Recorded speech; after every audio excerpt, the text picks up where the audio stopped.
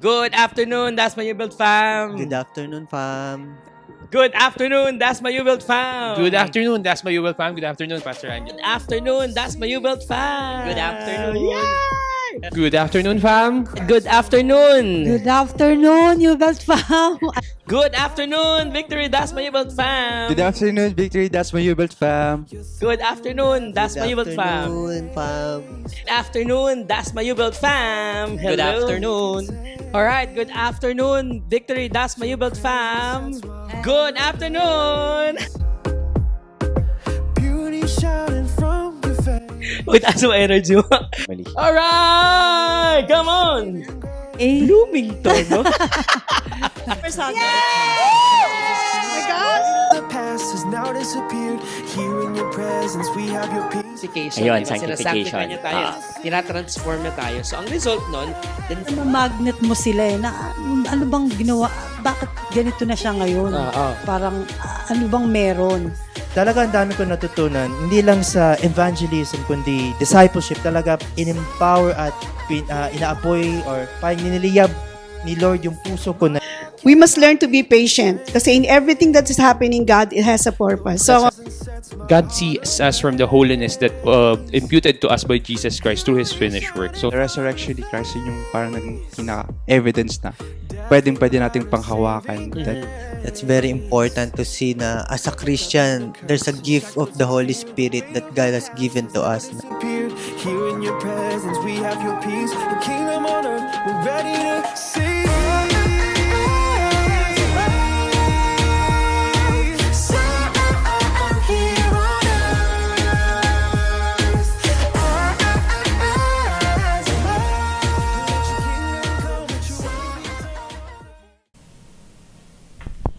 good afternoon, fam! Ayan! What's up? Welcome to Eat Bulaga. Abo. Alright, sige po. Ang saya po namin. Masaya naman po si Ian. Alright. Magandang hapon sa inyo lahat. Thank you for joining us sa ating episode 3. Yeah! Ang ating weekly online noontime Devo. Gusto ko na paikliin. 1 na lang. Sige, baka po si Pastor Angelo and with me this afternoon, kilala niyo naman sila pero magpapakilala na rin sila. Sige, simulan mo na. si Ed brother. po, si Kuya Ed. Si Bong po. Bong for short. Yeah. Si Kuya Ian po. Ang lakas mga kuya, ay mga tsuhi na po mga to. Sige, gusto namin kayo lahat i-welcome. Patingin naman po ng inyong mga comments.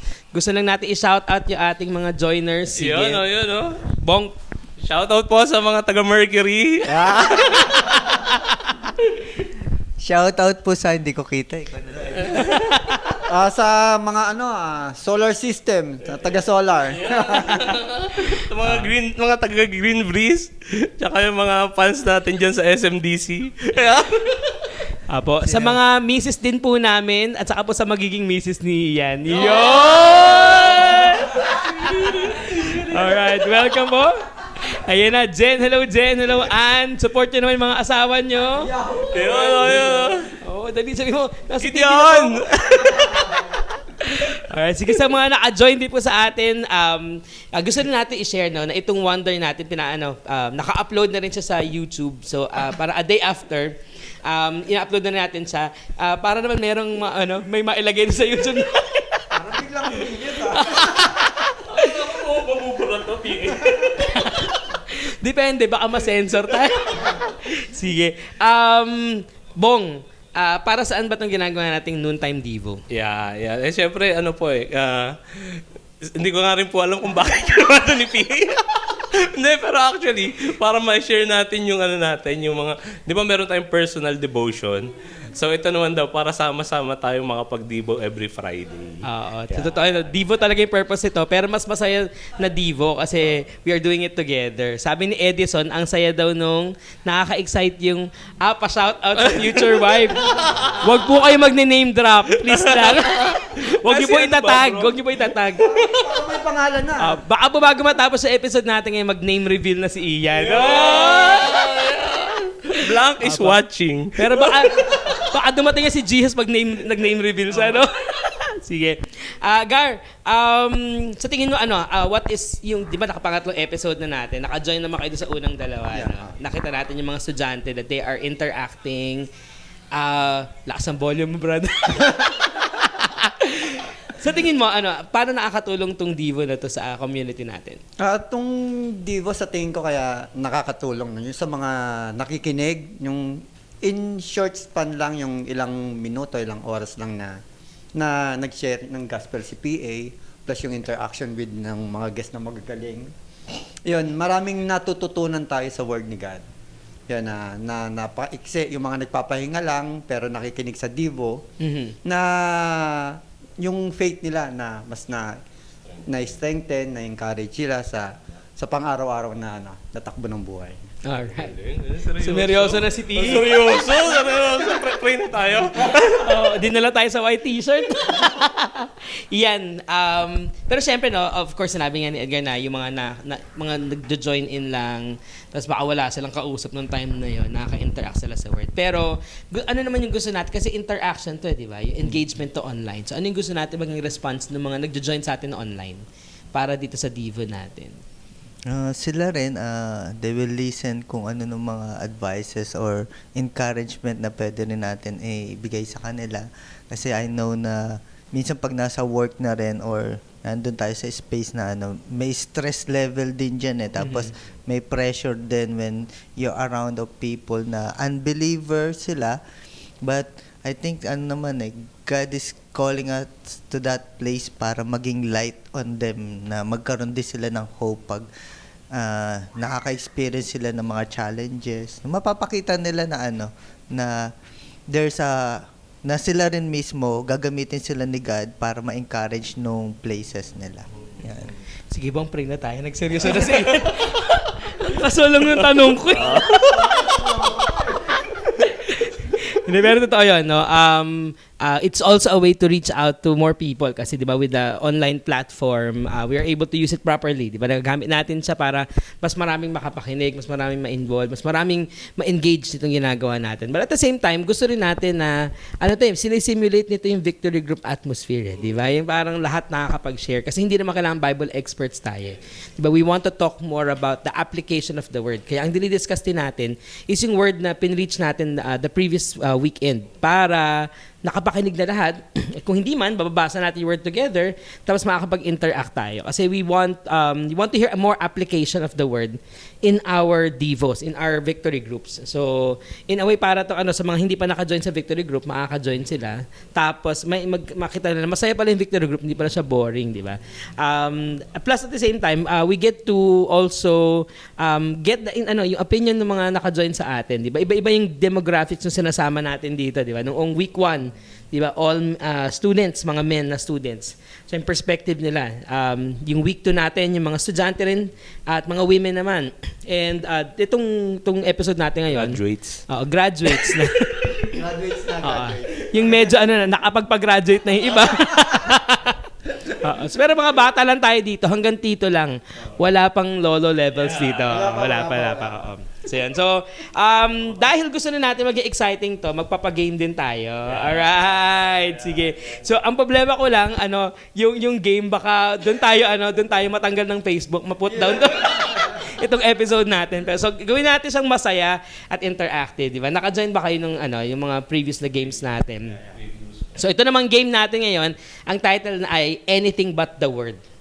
Ayan. So, hopefully, hindi ibig sabihin ng anything but the word. So, lahat na binasa mo, hindi lang yung word ni God. Hindi naman yon. Ang anything but the word ay para sa Pinoy henyo, pero with a twist, di ba? Hindi magtatanong yung nagpapahula. Instead, yung yung nagpapahula, yung mag-guess ng word, kailangan niya makinig yung dun sa mga sasabihin natin. Di ba? Mga words na magde-describe dun sa word. One word description, pero hindi pwedeng banggitin yung word itself. Kaya anything but the word. Okay? Now, last week si Hannah ang natalo dahil gracious tayo, walang penalty. Pero ngayon merong punishment. Pag siya natalo, talagang name reveal to. Alright, sige. O, game na kayo. Sige, so pwede kayo makipag-interact din. So, isusulat ko dito yung word, tapos huhulaan niya. Tapos, so, kunyari si Ian ang manghuhula, kayong dalawa yung magbibigay ng mga words. Alternatingly, one word lang. One word, na sa tingin nyo ay pwedeng mag-gets niya yung clue. Okay, dun sa... 30 seconds to, P. 30 seconds para mahulaan niya yung word. Okay, so kailangan meron tayong timer. Sige, papatulong tayo sa ating mga madlang people. Patulungan po kami. We have 30 seconds for every word. Magta-timer lang ako, ha? Hahawakan mo. Oo, ayan. Alright, sige. Ready na tayo. Timer, 30 seconds. Sige. Okay. Ready na ba kayo? Alright. So, alternating yung mga magpapahula. Isang word na description. Okay? So, ang category natin, easy, average, difficult. Okay? Kasi pa-storm di ba? Storms yung topic natin. So, signal number 1 muna to. Signal number 1. Okay? Church pa type na lang ng sagot para mabasa ko. Sa 3 ba yung signal number 3 yung name na? Masaya yun, no? Parang maganda maging game yun. Di ba yan, di ba? Pangalan ng tao yan. Nung Dating game kaya gawin natin. Searchy number 1. Pang-searchy number 1. Sige. At ano ba yung word natin for first word? Bali pangalan ng tao yan, no? Hindi. Hindi, bro. Hindi. Anything under the sun. Yung sasabihin mo pangalan ng tao. Pag natalo ka, okay, ready? So, 30 seconds. Anything but the word. Teka lang papakita ko lang sa crowd yung word natin. Okay. Madali yan Signal number 1. Okay, signal number 1 pa lang. Ready? Go. School, EAC, Sa Dasma. FEBIHS,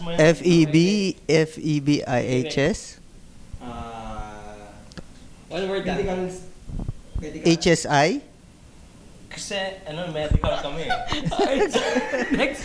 Pangalan ba yan?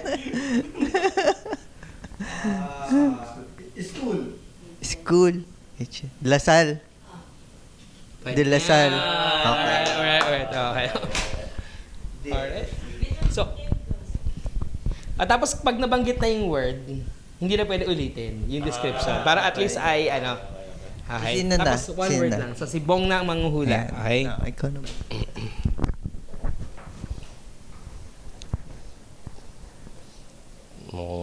Intense to. Intense.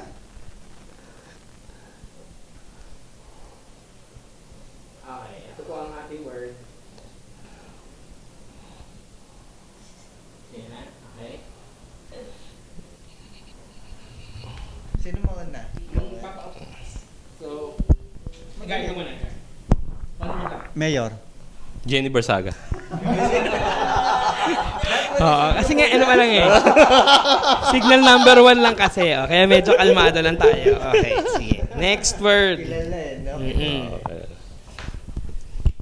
Ay, makikita.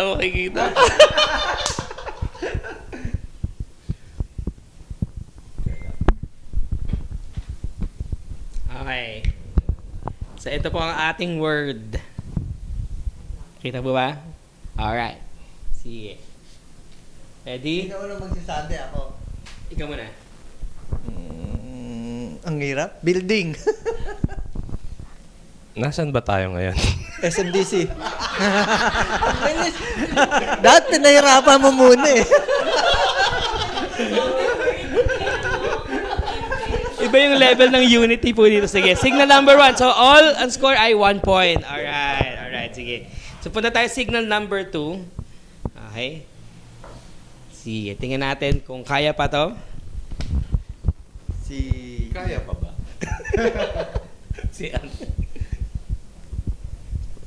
Okay. Ang unang manghula ay si... Ako na pala. nakita mo na yung word. Uy. Isang word lang. Huwag masyadong given yung yung clue Huwag mo siya given eh. Pahirapan nyo ng konti. Ito pala yung word ko. Alright. Pahirapan daw ako. Toilet. Hindi, ano to? Madali agad gymnast. Gymnast. Hindi ko kilala yun. Lalaki. Lalaki. Gymnast na lalaki. Naku, ang hirap niya na. Nanalo na sa Olympic yata. Nanalo sa Olympic. Nanalo sa Olympic sa Hindi ako hindi- nanonood hindi ng pa- Olympics. hindi pa- Patay hindi pa. tayo dyan. Wala. Bigyan niyo ako ng letter. Letter. Pangalan ng father niya eh. Pangalan. Tatay niya. Ang sakit ng aking username niya. Head? Baka hindi ko... Head? Hindi ko talaga kilala yan Name kasi ng alak. gymnastics eh. Name ng alak. Name ng alak? Ba't alam mo yun? Emperador? Emperador? Ang hirap na. Wala akong Name kilala. drop ka na lang, bro. Alam ng mga bata, si Carlos Yulo. Hindi ko kilala siya. Sino si Carlos Yulo? Laban sa Olympics. Hindi, si Pacquiao ba yun nung lumaban din siya? 127 number niya sa Olympics. Oo, yung mga balik-balik. Next, ha? Okay, next na. Nung mahirap din. Ang hirap doon, di ko kilala yun. Nagkataon no? Sino? Si Bong. Hindi ko rin kilala yan. Si Bong na, si Bong. 30 seconds ulit, ha? Ready? Ang hirap din oh. Starts. Ako, ang clue ko, hindi ko siya kilala. Basketball player. Basketball player ba yan? Talaga, basketball player siya. Olympics din to. Olympics din yan? Olympics. Ngayon, sa Paris. Paris. Hindi ko nga nagkilala. Hindi nila kalala. Ayun, kaya mahirap. Apple ball. Ano yung Paul? Ano? Hindi ko rin kilala eh. Paul Ball. Alright. Sino? EJ Obiel. Oh. Number 2 sa sa world. Pole vault. Yung pole vault nila. Ano yung Paul Ball? Eh, yung may phone.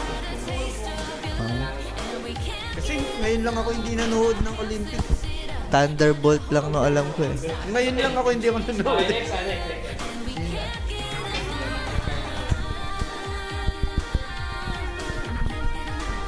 Olympics yan ulit. Olympics. Nung nagbubuhat yan ng barbell. Alam ko na yan, Pablo. Si Heidelin yun. Ay, dili. Hindi siya kasama sa Olympics. Ay, hindi naman. Hindi siya kasama. Pag mag-bike daw kayo, ayan, ito po. Bike daw. Ba't di siya sumama? Sa qualify. Ay, masyado na siya malakas? Ganon. Hindi siya qualify. Hindi ko rin kilala yan. Ikaw, Bong, kilala mo yan. Parang ano to eh, parang tatak ng gatas to. Parang tatak ba ng gatas to? Tatak ng ano. Good afternoon. Parang nuts yan. Mahilig yan mag-petition. Ang hirap. Ay, may... yung first name niya. Parang gatas talaga. Tatak ng gatas talaga. Yung second name niya, parang... Mahilig mag-petition.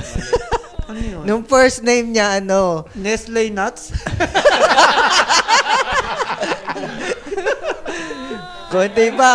Hirap naman. Bro, si Nesty Petes. Hindi ko rin kilala. Ano siya bro? Boxer siya. Filipina boxer na meron pa siyang contention for a medal. Ngayong Olympics din. Oo. Basta nood tayo ng Olympics, Brad. Okay, hindi na nanalo Pilipinas ng gold. Wala pa na nag-pray. Namin din yung Last Supper. Ay. Sige. So ano naman, ang signal number 3 na tayo. Signal diba? number So medyo 3 mas na. mahirap pa sa level. Oo, walang nakasagot. So far pa 1-1-1. Oo. Olats pa rin tayo sa medal category. Sige, so ngayon signal number 3. Alright, ready? Okay, signal number 3. Under the sa ulit, wala mga category.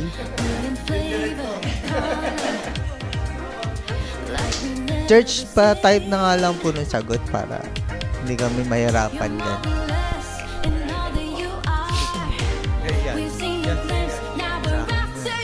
Hindi ko na makita. Yan.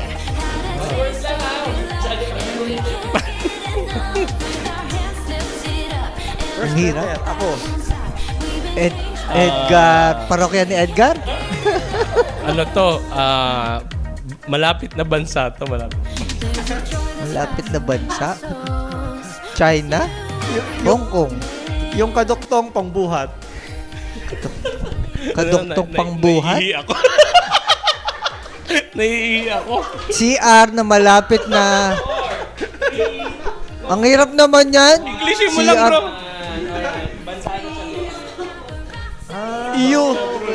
You. Ang hirap Ukraine. na...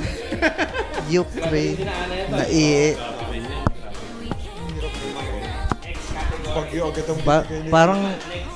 parang wala atang masasagot tulos. No? Isang beses lang tayo ata nakasagot eh.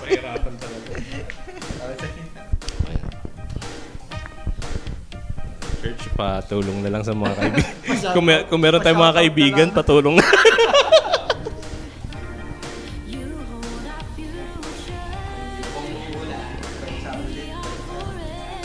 Okay. Latin America. First word direction. Direction. 2 words. South Africa. South America. Pwede, South, pwede. Yung second word na lang Yung wala. second word, to follow. South. Sounds like English. South to follow. South to follow. South Carolina. South Carolina. South Carolina.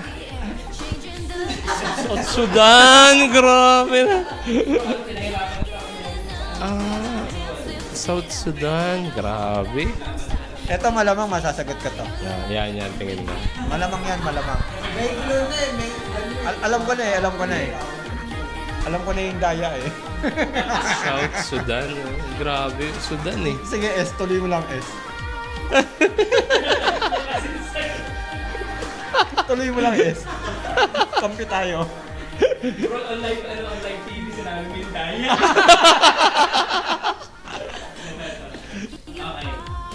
Oh, pwede tumingin sa monitor doon. Yeah. Ay, madali ito. Madali. First word. Okay. Ano? Sugatan ako. Pwedeng ano yan. Wala akong maisip. Ang hirap, ikaw. Hamas daw, Hamas. ISIS? Ano to? Bansa to, no? Part ng bansa. Lugar, part ng bansa. Lugar daw yan, lugar. Yun ang clue. Hirap? Nasugatan ka. Pag nasugatan ka, tinatapal mo. Band-aid. Tagalog. Band-aid? Tagalog. Hindi, ang hirap talaga. Wag na tayo maglaro, pinapahirapan lang tayo. Huwag na tayo magdipo, maglaro na lang tayo. Nice. Oh, hanggang 1 point lang pala eh. No? Ito, name reveal na tayo. Okay.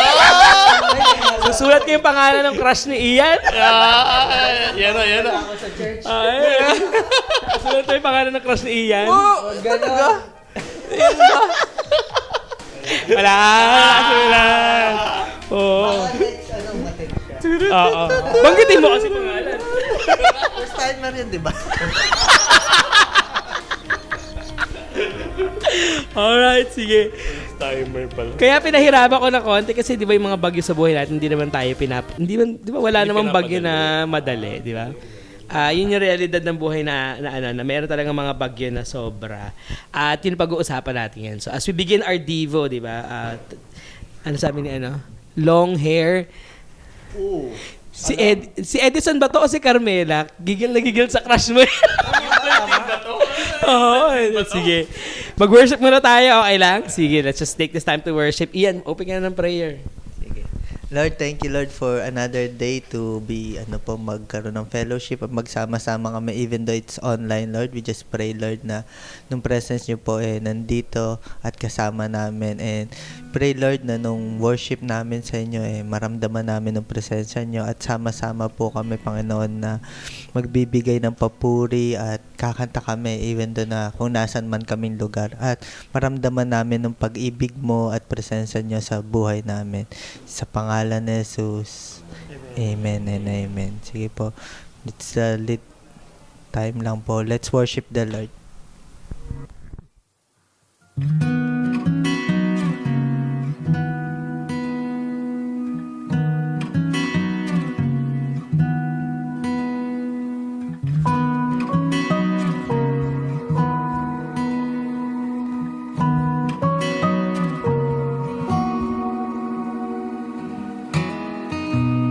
Miracles, wonders, secrets I can't contain. They unfold when I speak your name. I'm in awe of your greatness, oh God. All the lies, the fears and the doubts, so they melt away when I call on your name, Jesus. I'm no longer afraid, oh God. In worship I will recall your faithfulness through it all. When I say your name, I see faith arising. When I say your name, my fears, they come crashing. When I say your name, you're drawing me in your embrace.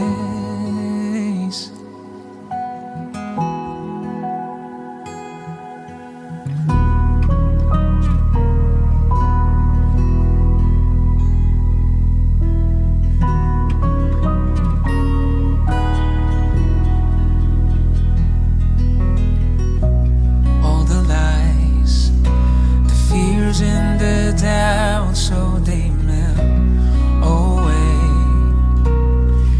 when I call on your name, Jesus.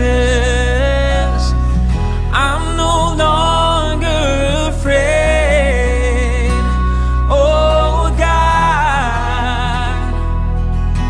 In worship I will recall your faithfulness through it all. When I say your name, I see faith arising. When I say your name, my fears, they come crashing. When I say your name, you're drawing me in your embrace.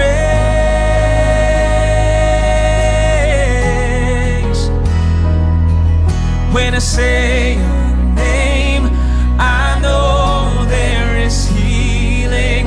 When I say your name, I'm no longer lacking. When I say your name, you're drawing me in your embrace.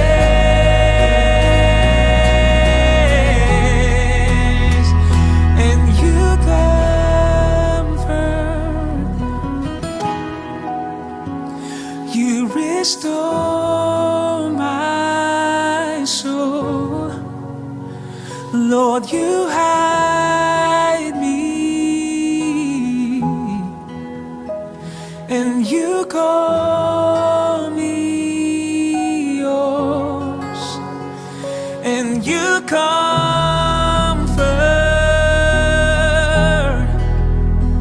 you restore my soul. Lord, you hide me, and you call me yours, and you comfort,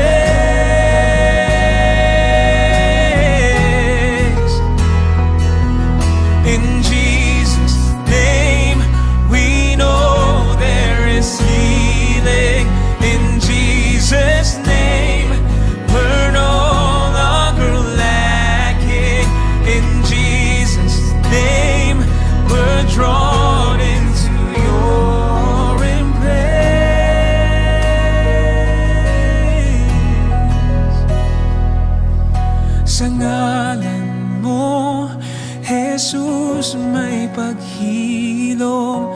Sa ngalan mo, Jesus, walang kulang. Sa ngalan mo, panatag ang puso ko.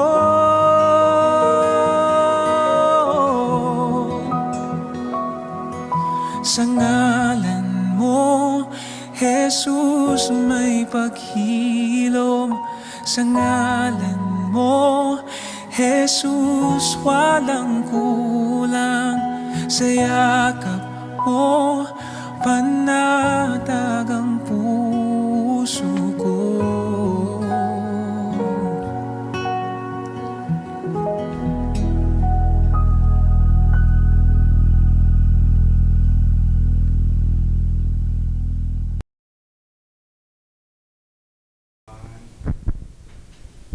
All right, sige. We will be reading the word, and I'd like to ask you to open your Bibles to Matthew chapter 8.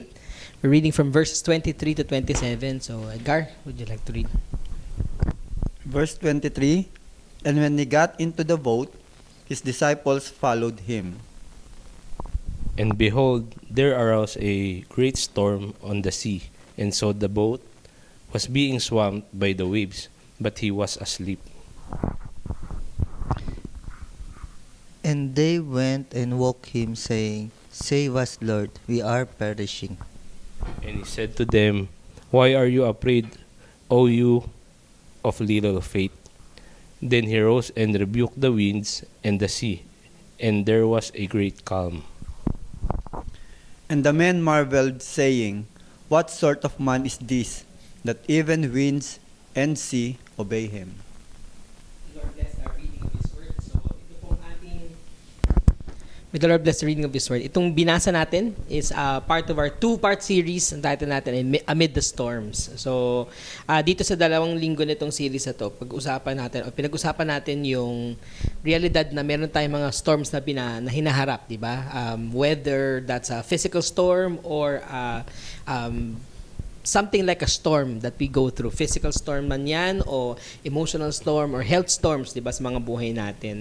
And that's a reality in our life, di ba? Na meron tayong mga bagyong dinadaanan. Pero ang gusto nating makita ay, sa gitna ng bagyo, ano yung kabuluhan ng pagkakaroon ng Panginoon sa buhay natin? What does it mean to have Jesus in our lives? In fact, yung 2 stories na tinatakel natin dito sa series na to ay 2 story na nagkaroon ng bagyo. Diba? Actual storms in the same sea, yung Sea of Galilee or yung Lake Gennesaret, which is an area na madalas nangyayari yung mga storms. At ito rin yung lugar kung saan maraming ginamit na opportunity si Jesus para maituro niya yung gospel sa mga tao, di ba? Dito niya nakita yung mga disciples kasi mga fishermen, yung mga initial disciples niya. At dito rin nangyari iba't ibang mga tagpo. And itong binasa natin, it came after Jesus healing many people, di ba? Nag-appear dito sa ibang mga gospel writings. Pero dito sa Matthew, actually bago patawagin si Matthew as a disciple, ay nangyari na to. So while Jesus was healing many people, yung mga tao, they're pressing in on him. Pero si Jesus, he would not want the crowd to hindi naman sa wala siyang compassion towards the crowd. Kita naman natin yung compassion niya. Pero gusto niya tong gamiting teaching moment para do sa mga disciples niya. In fact, pag binasa natin yung passage bago yung binasa nating verse, sa verse 23, si Jesus, when he saw the crowds pressing in on him, he ordered his disciples. Hindi pa kumpleto, pero meron ng ilan sa kanila. At sabi niya, punta tayo sa kabilang side. And may dalawang parang resistance na nangyari, di ba? Yung una, sabi niya, Teacher, I will follow you wherever you go. Sabi niya, handa ba kayo mag-follow kahit wala akong bahay? Di ba? Kasi foxes have holes, but the Son of Man has nowhere to lay his head. Another disciple naman, sabi niya, can I just bury my father? Kasi namatayan ng tatay. Sabi niya, let the dead bury himself. So clearly, alam natin na ang gusto mangyari Jesus dito, magpa-follow ka sa kanya. And his first order was to go to the other side. And so Jesus invited them to go into his boat. Diba? Pagkatapos ng invitation niya na yun, ang nangyari ay nagkaroon ng great storm. dun sa ano. Pero nung time na nangyari yung storm, si Jesus ay sleeping like a baby, di ba? Masarap na masarap ang kanyang tulog. Siyempre napagod, ang dami niyang pinagaling di ba? And so while the storm was happening, na-trigger yung anxiety ng mga disciples. Kasi although familiar sila doon sa scene na yun, pero parang it was great enough to scare fishermen, di ba? Nakakatawa idea na parang siguro naman yung mga fishermen hindi sila takot sa sa alon, wala silang seasickness. Pero that time parang nagkaroon sila ng seasickness. Na-trigger yung takot nila. And so ang result nun ay they woke Jesus and told him, Lord, save us because we are drowning. Ang unang response si Jesus, bad trip, Brad. Na bad trip siya. Sabi niya, tutulog Nang-istorbo kayo. Gisingin niyo na. Gisingin niyo na yung lasing. Wag lang ako. Bad tripin niyo na yung lasing. Wag lang bagong gising. Hindi. Pero sabi niya, why are you afraid? O you of little faith. So, si Jesus, ni-recognize niya yung nararamdaman ng mga disciples. A lot of time, pag binabasa natin yung why are you afraid, parang ang dating, bawal matakot. Pero, sige, di ikaw na lang ilagay ko sa dagat, tapos pag hindi ka natakot dyan sa storm na yan, di ba? It was really, the storm was great enough to trigger their fear. And it just exposed the reality of what's in their hearts, di ba, during that time. Plus, tinanong niya, bakit kayo natatakot? And bakit ang liit ng pananampalataya na meron kayo? And so, he arose and after after addressing their fears, after telling them, why are you afraid when in fact, I was with you? I may just be sleeping on the side, pero I'm with you in the boat. And I invited you into this boat. And given that He is the Son of God, when He invites someone into, He sees the end. Alam niya na ito yung mangyayari. Pero the fact that He fell asleep, parang He was assuring His disciples na, kahit ganito yung mangyayari, kahit may realidad na may kakaharapin tayong bagyo dito, I want you to have faith in me. Diba? And after addressing their fear issues, their anxieties, and their lack of faith, ang susunod na in-address naman ni God is yung storm. Diba? Nakakatuwa lang din na nag-shift yung attention ni Jesus from addressing their faith, yung disciples, to the actual storm. Kasi minsan parang feeling natin, Lord, wala kang ginagawa doon sa mga storms na nadaanan ko. Diba? Siyempre, ang mindset natin, Lord, darang in control. O Lord, sige, in control ka naman. Baguhin mo naman yung sitwasyon ko. Diba? But it was, the storm had to happen completely. And then Jesus rebuked it. And there was a great calm. So, pag-usapan natin ngayon, nag-preach Ian dito, so makakapag-input siya ng marami. Okay?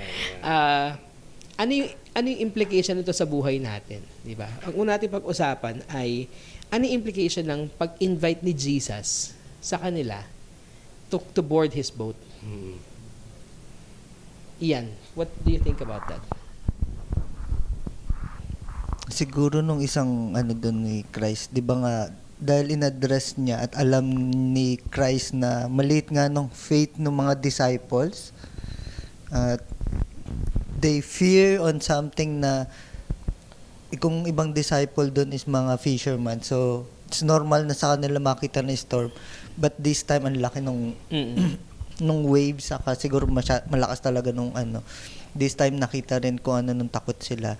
And probably tinuturo ni Christ na He's more than waves and storms sa buhay na kakaharapin nila. Kasi bukod sa invite niya ng mga disciples nga to come on the boat, nakasama siya. Posibleng experience pa rin nila to, pero nung difference na pagkasama mo na si Jesus Christ, parang sobrang important siya na ma-experience natin yun. Kasi the more we experience those kind of difficulties sa mga buhay natin, saka trial sa life natin, the more na nung life natin is we're facing those kinds of part ng life natin, nakasama natin si Christ rather than wala si Christ dun sa situation na yun. I think that's what Christ is teaching us. Napaka-importante kasi nga totoo yun hindi bago yung pagkakaroon ng bagyo doon sa lugar na yun. At lalong hindi bago yun sa mga disciples na mga mangingisda. So minsan na sila na dumadaan doon at nagbinabagyo sila doon. Pero this time, Jesus wants them to have faith in Him and to see the difference of what it looks like to go through your storms with Christ or with and without Christ, di ba? Bong, para sa iyo, gaano ka significant yung idea na yung kasama mo si Jesus dun sa bagyo na dinadaanan mo? PA, para sa akin kasi isa to sa mga teaching na kumbaga yung sinasabi nga nila, easier said than done. Di ba? Pagka iba kasi pag yung ikaw mismo yung nandun na sa bagyo, yung gano'n, parang madali siyang, kung babasahin, parang mabilis siya maintindihan. Okay, kasama ko si Jesus. Okay lang. Pero in reality, pag ikaw yung mismong binabagyo, pag ikaw yung mismong nandun sa boat, pag si Jesus yung tulog, tapos naghihingi ka ng sign, parang, di ba, wala akong, Lord, ano na ba? Ba't ganito? Di ba, parang, ito yung mahirap talagang lunukin. Pero, yun, nakakatuwa kasi very timely to. Tsaka comforting kasi, yung knowing na si Jesus yung nasa gitna nung great storm, tulad ng preaching nung last Sunday, tsaka nung great calm, you wouldn't, hindi mo siya ipagpapalit, di ba? Na pwede kasi nandun ka lang sa, hindi ka sumama sa boat, nandun ka lang sa kapatagan, yun sa shore, mas safe, mas walang bagyo or meron, pero mas safe dun, wala kang lulubugan, pero wala si Jesus. So, mas okay na dito. Kumbaga parang kung titignan mo, at least kasama mo si Jesus, dito matututo ka, lalaki yung faith mo. Yun, mahirap, sobrang mahirap, pero yun, nakakaano lang din na kasama mo siya. Gar, maiiwasan nga ba natin talaga yung mga bagyo? Can we actually skip our storms?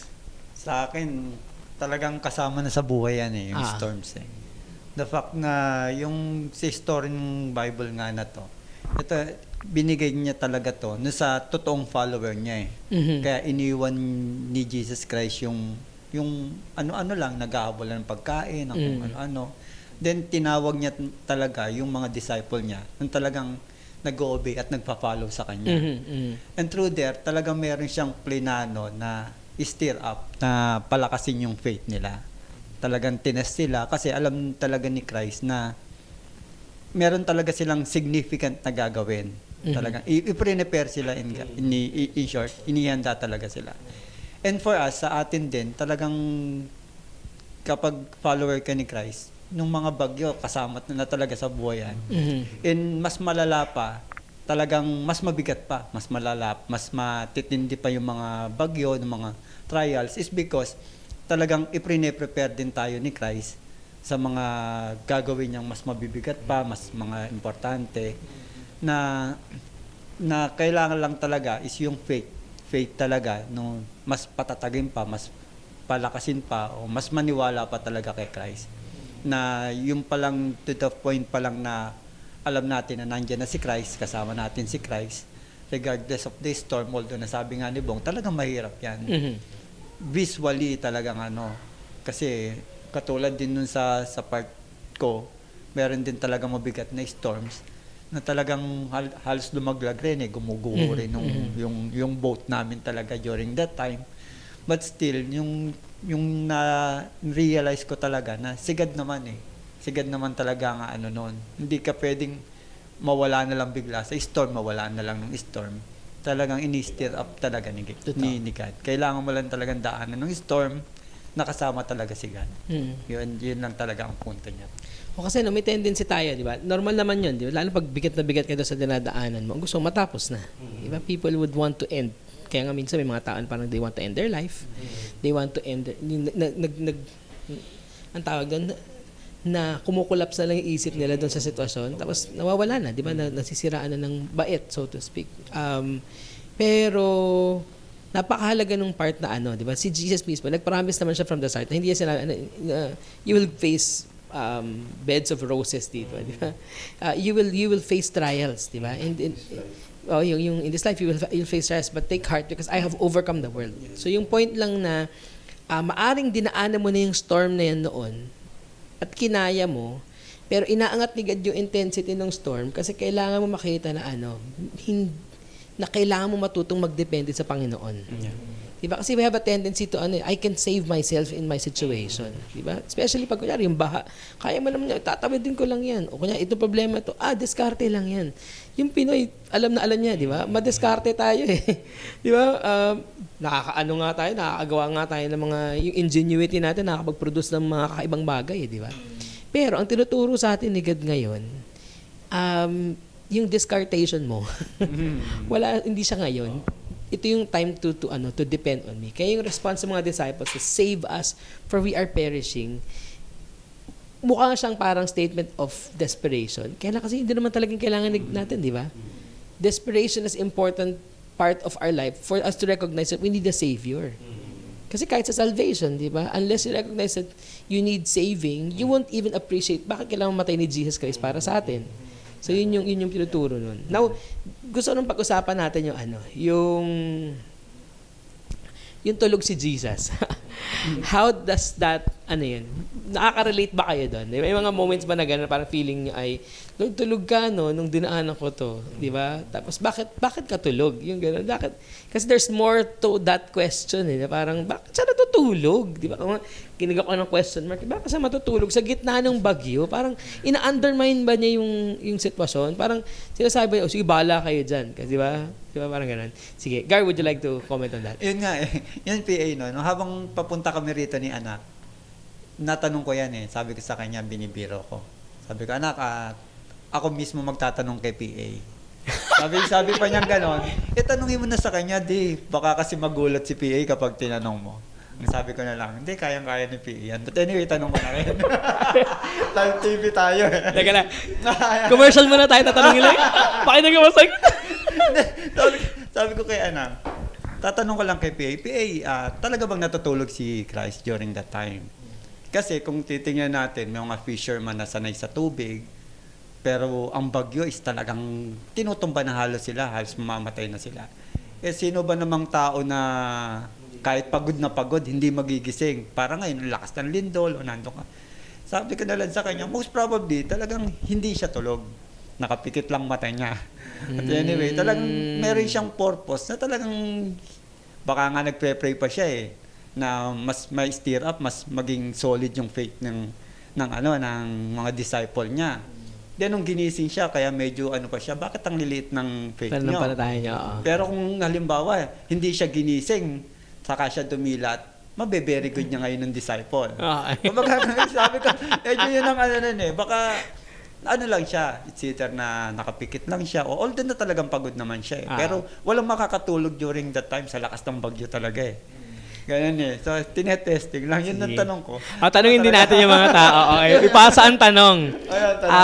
Meron po pa, sa tingin nyo, ano lang naman hindi naman natin babaguhin yung thought ng scripture. Pero sa tingin nyo, tulog ba talaga si Jesus o nagtutulog-tulugan lang?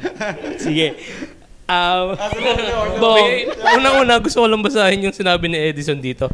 God promise is not a storm-free life, but a storm-proof life.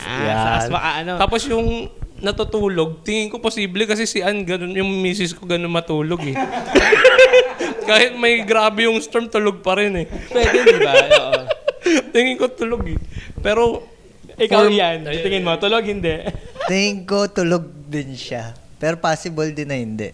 Possible siya. Pero yun ang sinulat ni Matthew, di malamang tulog.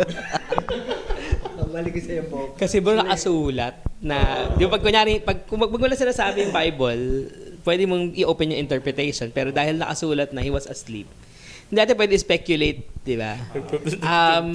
Pero one thing's for sure, but he was asleep. So parang yung reaction na to, siguro si Matthew, hindi ko alam kung yung perspective na parang... Perspective ni Matthew. Na he was asleep. Yeah. Will it make a difference kung hindi siya tulog? Para sa'yo, kunyari, andun ka sa boat na yon. Sa tingin mo, magkakaroon ba ng difference? Kunyari, gising si Jesus the whole time. Kunyari, hindi siya natulog. Will it make a difference in the situation? Tingin ko, parehas pa rin eh. Kukulitin pa rin si Jesus eh. Oo. Ganun din eh. Yung kahit gising o tulog siya, talagang sa takot ng mga disciple niya, hihingi pa rin ng tulong sa kanya. Mm-hmm. Oo. Pero mas maganda nga lang nung ginawa ni Christ o yung sa pangyayaring tulog siya. Kasi nandun yung sarili nila na wala silang nakikita, wala silang nakikitang tatakbuhan or what, na tiningnan muna ni God, ni Jesus Christ, yung capacity nila. Kung meron ba talaga silang gagawin o yung faith ba nila is talagang solid na magdarasal ba sila o kung anong gagawin nila na magandang sitwasyon na medyo asleep nga si Christ talaga. Ikaw, Bong? Sa akin, PA, parang tingin ko, oo, merong difference kung gising siya. Pero, ang ganda lang, tulad ng sabi ni Kuya Ga, ang ganda nung pinakita na sleeping siya. Kasi, parang sa panahon natin ngayon, di ba? Minsan may mga pagkakataon na na parang tingin mo, Lord, ba't ganito? Di ba? Yung pray ka ng pray, tapos sobrang nag-a-ask ka ng direction o ng, Lord, ito yung problema ko mag-move ka na, Lord. Tapos parang tulog, di ba? Parang wala. Dadaanan kasi natin So parang sa akin, parang kaya niya siguro ginanon. Kasi pwede namang hindi. Pero kaya niya ginanon para to show us ngayon na mga tao na susunod na magsasucceed na parang may mga times na ganyan sa life natin. Pero hindi yun yung end of story. Parang ganun. Totoo. Ikaw yan. Ako? Will it make a difference kung tulog o hindi si Jesus? Ni-imagine ko lang kung tulog si Jesus dahil disciple ka. So, dapat gayahin mo si Jesus. Matulog ka rin. Kaso, natakot sila lahat. So, kung gising si Jesus, feeling ko lahat din sila nakatingin kay Jesus na, Lord, ang lakas nung alon. So, ano rin siya siguro it's good thing that Jesus sleep kasi ma-address ko anong klaseng faith meron disciple. Kung sa akin din gagawin siya siguro ni Lord. Siguro magiging grateful din ako in some level kasi ipapakita ni God kung sa anong part ng life ko na pwede pa akong mag-grow. Baka kasi itong pag nakakita na ako yung storm, mali talaga nung faith ko. Tas parang makita ko rin, ay hindi kaya to ni Lord. Or dito ba yung time na kakapit pa rin ba ako kay Lord na kaya niya ba talaga to? O, lalo na pag may fear ka talaga, yun ako pag may fear talaga ako, nung tatanong ko na sa sarili ko si Lord lang ba talaga yung tatakbuhan ko? Kailangan ko na ba tumakbo sa mga kakilala ko or pwedeng makatulong sa akin? O siya lang ba talaga? Parang ganong part. So very important siya whether gising or tulog si Christ. Kasi ko yung kasi si God would allow us to go through situations to test the condition of our hearts. How confident are we with God? Diba? Nung pinipreach ko sa Los Santos, sabi ko nga ininvita ka ni Jesus sa boat niya, sa kanya tinulugan, tapos nag-allow siya ng storm na mangyari. Marami kang pwede maging question na parang, Lord, ano ba naman to? Bakit ganito? Bakit ganito ka magturo? In reality, may mga ganun tayong sitwasyon sa buhay ngayon. Di ba? Na parang, Lord, hindi likely of you to do this in my life. Di ba? Imagine si Job, hindi naman naririnig yung discussion ni God sa ni Satan, di ba? Parang, pinagpupustahan niya na pala ako dito. So, pustahan na pala dyan. Pwede pala magpustahan. Kasi nakapagpustahan sila. Hindi, pero yung point na parang, yun yung sovereignty. Na parang, whether he's asleep, he's physically asleep, in your eyes or not, he's there. Di ba yung tayo, sa sitwasyon natin ngayon, hindi naman natin nakikita kung tulog ang Lord. Pero minsan, pag silent siya, we feel like, Lord, you should always be awake and watching me in everything. And you should not allow bad things to happen to me. Yun yung laging default natin. Parang, Lord, may entitlement na, Lord, dapat hindi tayo dadaan dito. Si Lord na yung dumadaan. Ano yun yung, baka pwede naman Sea of Galilee, mahiya ka naman kay Lord. Parang ganon.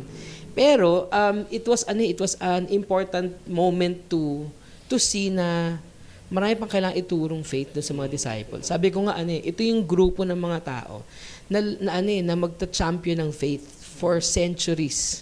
After Jesus left, maraming taon pa nilang palalaganap.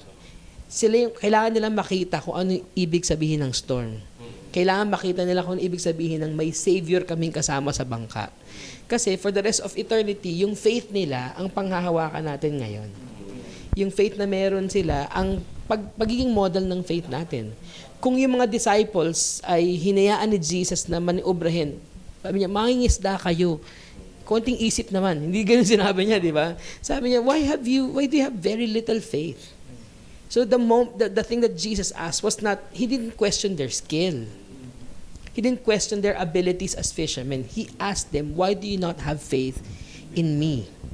So it was a test of faith. So in every storm, one thing's the reality, it's a test of faith. Whether that's your personal storm or a collective storm, whether it's an actual storm, kunyari yung sakit sa pamilya, faith issue siya. Wala ang kailangang patunayan sa Diyos. Malinaw naman, di ba? Kailangan mo makita na ang Diyos nandyan. Yun yung importante. So if you are already losing faith in the middle of your storm, go back to the source of faith. Diba? Merong isang kanta ang title na Give Me Faith to Trust What You Say. So yun eh. Lord, turuan mo akong manampalataya sa'yo. Kasi yung be strong and courageous, recurring theme siya sa Bible eh. Old Testament pa lang, be strong and courageous. Minsan yung tendency natin yung pag strong and courageous, tapang ko, lakas ko. Oo, hindi, be strong and courageous, for the Lord is with you. For the Lord is ahead of you. So sabihin yung strength mo sa encourage mo, alisin mo sa'yo, ilagay mo sa Diyos. Yung pananampalataya mo hindi sa akayanan mo, kung ilagay mo sa Panginoon. I think yun yung binabalansin ni Jesus doon sa mga disciples. And I believe it was a major teaching moment at paulit-ulit niyang dinuturo. Kasi diba next, sa Sunday yun ulit, storm ulit eh. Diba? At same set of people, diba? Yung pinapakataan niya. Now, pagkatapos na ma-address ni Jesus yung faith issue ng mga disciples at saka yung fear nila, ang susunod niyang kinompronta yung bagyo. Diba? Parang, kung kunyari movie to, iba yung background music eh. Tapos nag-panoramic yung view, no? Tapos pinakita yung dagat, tapos sinabi, ni-rebuke niya lang. Paano kaya ni-rebuke ni Jesus yung bagyo? Kung ikaw si Jesus, paano mo i-rebuke yung bagyo? Okay. Kayo po, paano niyo i-rebuke yung bagyo? Kunyari ikaw si Jesus. Siyempre, parang ka lang, nag-uutos ka lang, di ka maninigaw. Gano'n lang. Kalmang-kalma ka lang para mapakita mo talagang susunod to, whether hindi na kailangan sigawan pa. Hindi ka lang bingere. Ikaw po? Ay, ganun din. Parehas po siguro PA ni Ian. Dahil si Jesus, God eh, no? Kaya isang kompas na, Sa akin siguro, yung after niyang i-enjoy yung para siyang nasa roller coaster, natutulog eh. Nilalalabay muna si Christ nun eh. Siguro, sinabi niya huminto na kayo na, kinakabahan na itong mga to. Ganyan lang hinto na. Okay na yan. Parang stop bro, matulog ko. Tumigil ka na. Parang ganyan lang, napakakalmado, di ba? Kasi diba, lalo na pag nagka-cast out ka ng demon, tapos yung mga iba parang, galit na. I mean, ayun naman yung faith. may halong may halong tao. Pero yung kailangan mo ba sigawan? Hindi, di ba? Yung parang just have to, he calmly, nahimik yung bagyo. So imagine mo yung takot nila na ang pinanggagaling ang lalim-lalim kasi syempre culturally takot sila sa ilalim ng dagat. Alam nilang parang distraction yun, chaos yun. Tapos tumahimik. Sagot pala ganun, PA. No? Tahim, yung lang. Nonchalant ka lang. Yung parang, dadaanan mo lang naman. O yung Korean, gano'n lang. Akala ko kailangan mo pang ihaw. Oo eh. Wrestlingin mo naman. Parang yung sa Olympics, merong may sinasabi si John Wick daw sumali sa Olympics. Yung galing sa Turkey. Kasi yung iba, di ba, fully gadgeted pa sila. Tapos siya Taga-Turkey yan, taga-Turkey. Yung kanan kong kamay nakalagay pa sa bulsa. Tapos ganun. Silver yan. Silver medal. Pero astig lang din yun. Parang ang lakas lalong nakakapagpatibay ng pananampalataya sa Panginoon. Kasi, di mo yung verse 27 sabi, and the men marveled. Nung una, ang naisip ko dito, yung mga iba na nanonood, wala nga pala nakakapanood kasi sa gitna sila ng dagat. So, the men who marveled were actually the disciples. And they marveled, hindi the word was marveled, sabi parang namangha sila. Parang they have seen enough of Jesus, pero this one's like, mic drop. Taob lahat yun. Yung parang lahat sila, astig na astig sila sa ginawa ni Jesus. At sabi na, anong klaseng tao to? What sort of man is this that even winds and sea obey Him? Parang bumalik sila dun sa creation at ni-associate nila yung power ni God dito sa taong nasa harapan nila. Di ba? Parang pagbaba nila ng boat, parang feeling ko, nilatagan nila ng red carpet si Jesus. Sobrang elib nila. Yung bilib na bilib sila kay Jesus dito. No? Question sa atin, siguro, not directly about this. When was the last time that Jesus marveled you? Sa buhay mo, from the word. Yung, when was the last time that yung God has marveled you? Join din tayo sa response. When was the last time that God has marveled you?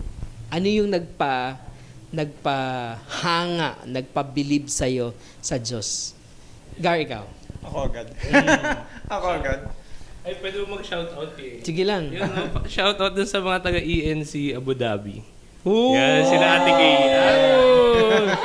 Watching sila Ate Kay. Kailangan pang specific. Pwede, pero parang idea lang. Baka mapaiyak eh. Hindi, sa akin siguro 2 years ago eh. Tissue. Wala bang tissue? Hindi. Ano lang, daan lang. Background music, pasok. Sige, meron ba music? Lapit mo yun ba? Ayan. Hindi ko na ano yun. Pero yung, kasi sabi ko nga, yung sinabi ko nga kanina, 2 years ago yun eh. Almost kumalog yung family namin. Kami ni Nabong, ni na ate niya. Kasi nagkaroon ng problem nga sa akin. But still, ang bigat nun. Kasi during that time, ni-expect ko pa, meron mga kapatirang sa church na talagang ka-ticket ko talaga.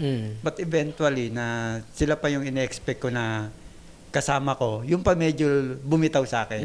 Okay lang sana sa akin kung hindi ko sila kapatid sa pananampalataya. Okay lang. Pero sila pa eh. Anyway, Tubig. yun ang storm. May storm. Ayun. But eventually, nandun yung work ni God eh, nun sa life ko nung time na yun, na unexpectedly talagang hindi ko akalain na yun ang magiging takbo, yun ang magiging pangyayari. So, ang layo eh, no? Dumaan pa sa'yo, then saka kumuha ng ibang taong makakatulong sa akin. Na tumulong sa grupo, na yung grupo naman, sabi ko nga kanina, na yun naman ang bumitaw pa sa akin. Yun ang medyo inaano ko. But anyway, okay na yun eh. Na-sort out na yun. Yung point ko lang, na talagang si God ang maggagawa ng paraan. Na yung mga iniisip mo na, Lord, sa sarili mo na, ito yung gagawin ko, ito yung mangyayari, ito yung dapat kong gawin. Yung personal lang na by sa human nature mo o sa sarili mong talino, sarili mong paraan, hindi eh. Hindi yun ang way niya eh. Yung plan niya mas maganda eh.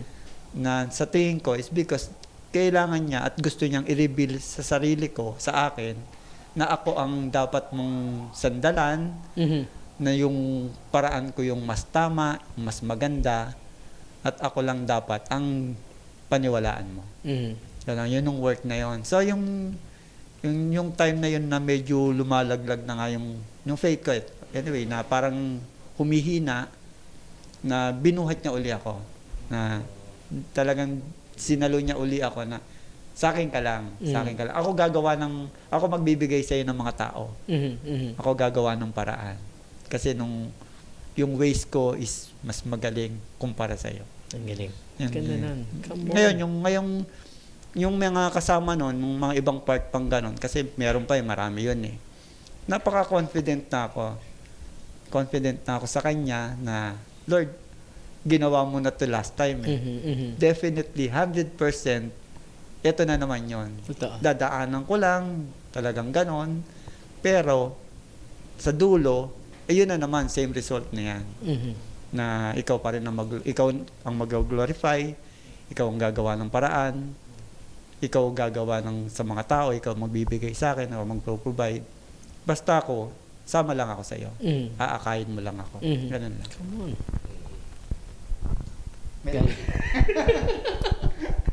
Nice. Bong, your turn. Ako ba? Sumagot na yung Holy Spirit ko eh. Ang sabi ng Holy Spirit. We are sustained during the pandemic. I will never forget how God has graciously opened windows of heaven in our favor. Dalawa sa akin, PA. Una, yun, tama yung sabi ni yung during the pandemic, how He sustained us. Kasi ito yung time na Kumuha kami ng sasakyan. Bagong kuha. Talaga? Yun ba Oo, yun? bagong kuha. Tapos biglang nagkaroon ng pandemic. So anong pambabayad ko sa Yung sasakyan din. Oo, yung parang sabi ko, takan blues na, parang gano'n. Tapos bukod pa doon, syempre mga bills, pandemic, sobrang walang yung kita mo, di ba? Pero grabe yung ginawa ni Lord. Baliktad yung ine-expect namin na pababa. Biglang nagkaroon ng mga opportunity, so sobrang pinakita niya doon yung how He provide for us. And bukod doon, yung sa akin, siguro sa spiritual side ko naman, working ako noon that time, He marveled me. Kasi, during students time ko, okay ako sa Lord. Kumbaga, ganun. Tapos kapatid. Biglang nag-iba no? Tapos pagkapatid, biglang, nung nagwo-work na ako, medyo na-focus ako sa work.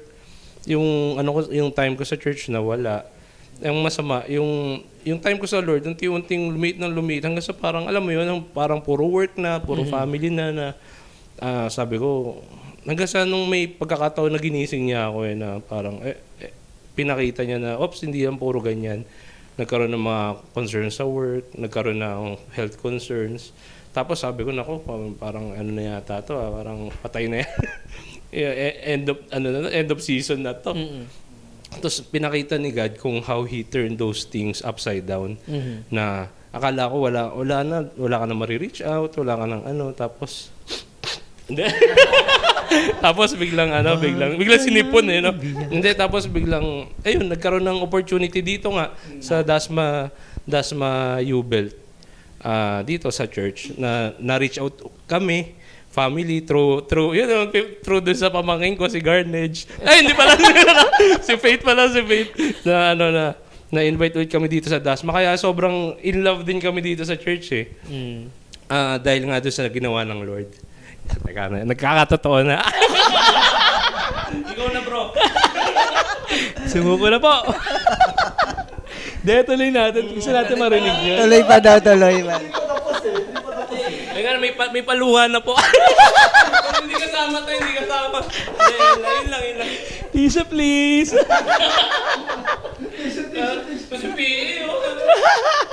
Tissue daw, tissue. Sa akin, namamarvel ako pag especially nung... Sa akin ba? Ready. Namarvel ako ng mga na-start na maka-reach out ng mga students. Tapos ginamit din tayo sa Salawak, sa FEB, sa CIHS.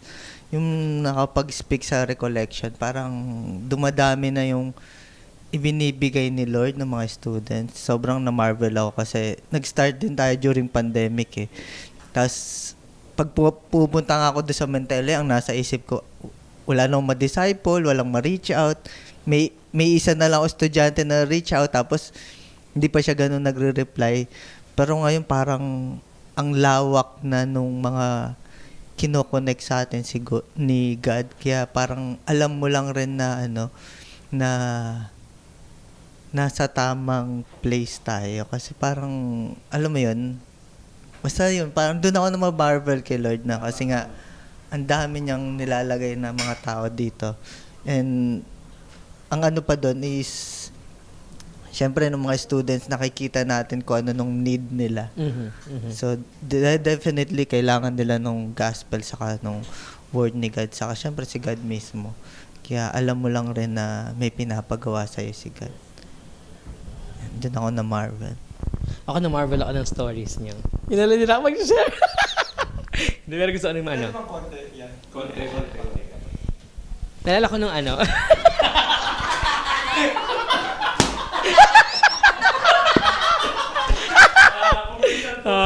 niyo ba? Alam niyo rin Hindi, kasi pandemic, pre-pandemic pa may pinlay sa agad sa heart namin tong Dasma U-Belt. Kasi during that time galing kami ng missions, tapos we had to come back to the Philippines for a season. That's another story to tell. Pero long story short yun pa lang yung crisis na yun sa family namin noong 2016, between 2016 to 2020, talaga yun.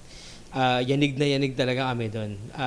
Akala ko pipitik na yung utak ko noon sa sobrang pag-iisip. Kasi nasa East Timor pa kami noon. Noon nangyari yun sa family namin. Parang ano siya, prolonged misery siya. Pero sa dulo, amazing lang din na yung wala na kami lahat magawa. Hindi ko makwento yung detalye kasi ako nakapagpaalam doon sa kapatid ko to tell the story. Pero nung wala kami lahat nagawa, nung kasagsagan ng pandemic, doon gumawa si God ng, as in, turnaround specialist talaga siya. So parang doon mo lang masasabi na na faithful si Lord. Ngayon, kami as a family, kami ni Flor, sa mga bata, we have prayed kasi syempre nag-end yung season namin sa Timor-Leste na hindi biglaan. That was not the plan, di ba? We wanted to stay longer pero biglang hindi kami nakakatuloy. So parang nagsisik kami ni Lord kung ano yung direction for us. 2018 yan, Unashamed conference siya. Tapos doon namin na-receive yung word na we will be planting a church here sa university area ng Dasma. And so after a season na nakapag-serve tayo sa Dasma, nag-open yung door na yun for us. Hindi madali yun. Sobrang yung bagyo din nun. Ang daming bagyo nun. Parang alam ng paano ko sabihin? I don't want to glorify the enemy, pero alam ng enemy kung ano yung weak spot ko. Yung the red button na pag pinrest na yun, talaga ako, sasagad talaga ako. Daming beses yun. Na ganun lagi yung